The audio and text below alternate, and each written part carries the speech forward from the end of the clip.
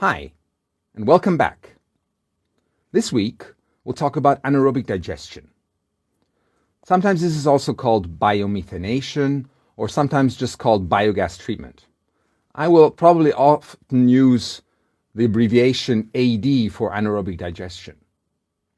For this module, I'm using this book published by Sundek as a main resource. It's called Anaerobic Digestion of Biowaste in Developing Countries. You can download this book on our website, and it's free of charge. You will probably remember that in the past few modules, we have covered composting as one option for biowaste treatment. As you now know, composting is a process of controlled aerobic degradation. That means with air or with oxygen. You see this clearly here, this composting heap, which has a passive aerating tunnel in the center. In this module, we'll talk about anaerobic digestion, which is the collection of processes where microorganisms break down biodegradable matter in the absence of oxygen. This is very common to many natural environments, such as swamps or stomachs of ruminants, cows. So why is this interesting for waste management? Because in anaerobic digestion, microorganisms produce biogas. That's a mixture of methane and carbon dioxide. Methane is really what is interesting because it's flammable and can be used as an energy source. In addition, what we also get is a nutrient digestate. Anaerobic digestion is becoming very, very popular for waste management. In Europe, many units are being built and operated, and even in developing countries, it's becoming very interesting, especially from the point of view of renewable energy resource. What we are especially interested in is using this process in an engineered way with controlled design, for instance, in an airproof reactor, in digester, to produce biogas and digestate, as you can see on this picture. So, what are the key benefits of anaerobic digestion? Of course, we're producing renewable energy, and that means we're reducing our dependency on fossil fuels. We're also reducing greenhouse gases. AD is pretty good because it doesn't need much space. We can actually build the reactors underground. Of course, it also reduces solid waste volumes and thus avoids disposal costs. And it reduces pollution from waste and pollution from fossil fuels. Finally, of course, we can recover value from waste in the gas and the nutrients. There are also a few drawbacks of AD, especially when comparing to composting. The process of AD is more sensitive. It's slower and it's less energy intense. In fact, the energy is contained in the methane. But that means that there is also no heat generation, and that has implications for hygienization.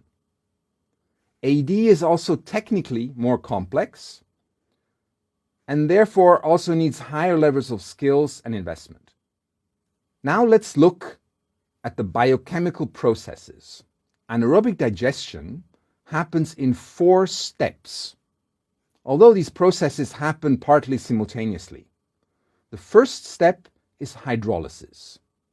It is the slowest of the 4 degradation steps. Bacteria transform complex organic materials into liquefied monomers and polymers. The second step is acidogenesis.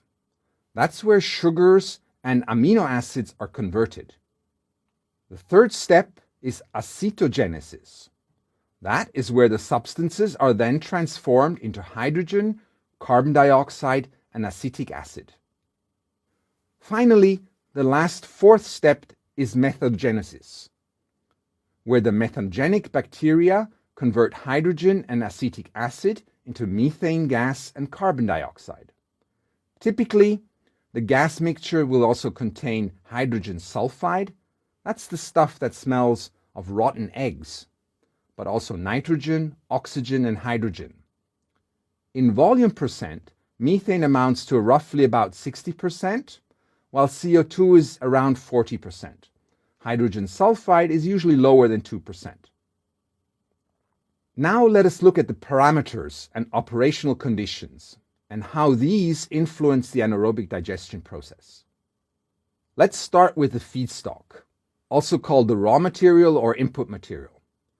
We can distinguish between the solid content and the water content. The dry matter is also what we call total solids.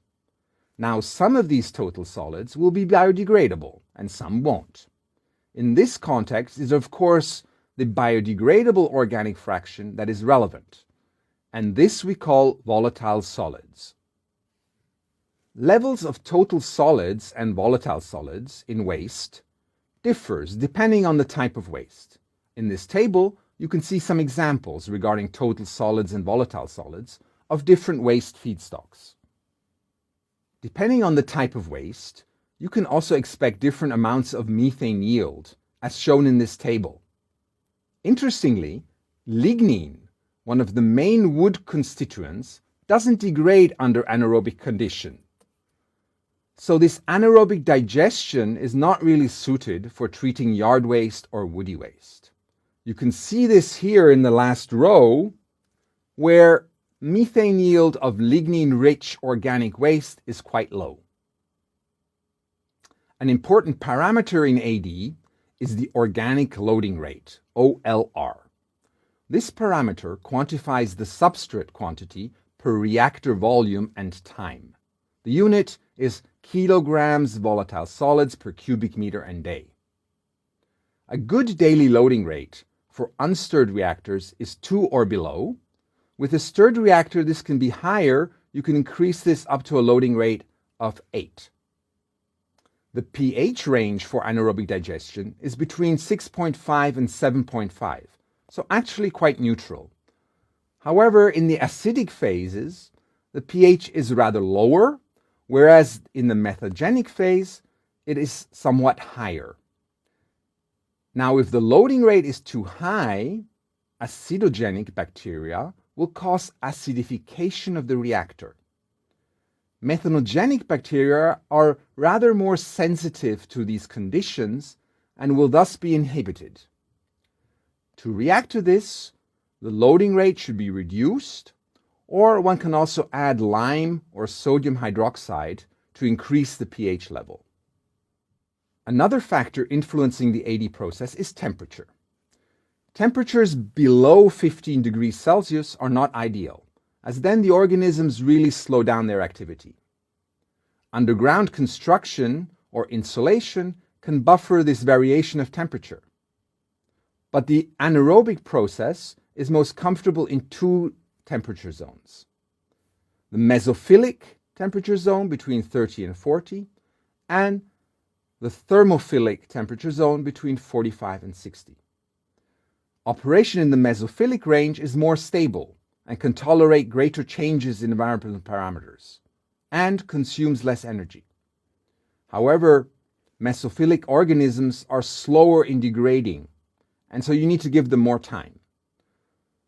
Thermophilic organisms, however, are faster, but the system is more sensitive to changes. A further parameter that influences the process is hydraulic retention time. That is the amount of time that the material stays in the reactor. Ideal is a time between 10 and 40 days. The lower value is rather for higher temperature in the thermophilic range, because the process is quicker. Now here we're confronted with an optimization process. If for a given input the reactor volume is small, then the retention time is low, which means we will get little biogas yield, as there is little time for the process. If the reactor volume is large, then retention time increases and we get more yield, but at the cost of having a large reactor, meaning more space needed and higher investment costs. Another parameter is the CN ratio. We've already heard about this in the composting module. Ideal is a value between 16 and 25. A higher value means limited supply of nitrogen. That means food for the bacteria, and therefore less gas production. A lower CN ratio can cause ammonia accumulation, which then inhibits the anaerobic process. The last parameter we'll look is about particle size of the input material. Here, small is beautiful. Particle sizes below 5 centimeters are ideal. What that does, it increases the surface area of the material and allows the microorganisms to faster degrade the material. For operation, that means that usually we chop up through a shredder our input material to make small particles. So, let me summarize what we covered in this module. We looked at benefits and drawbacks.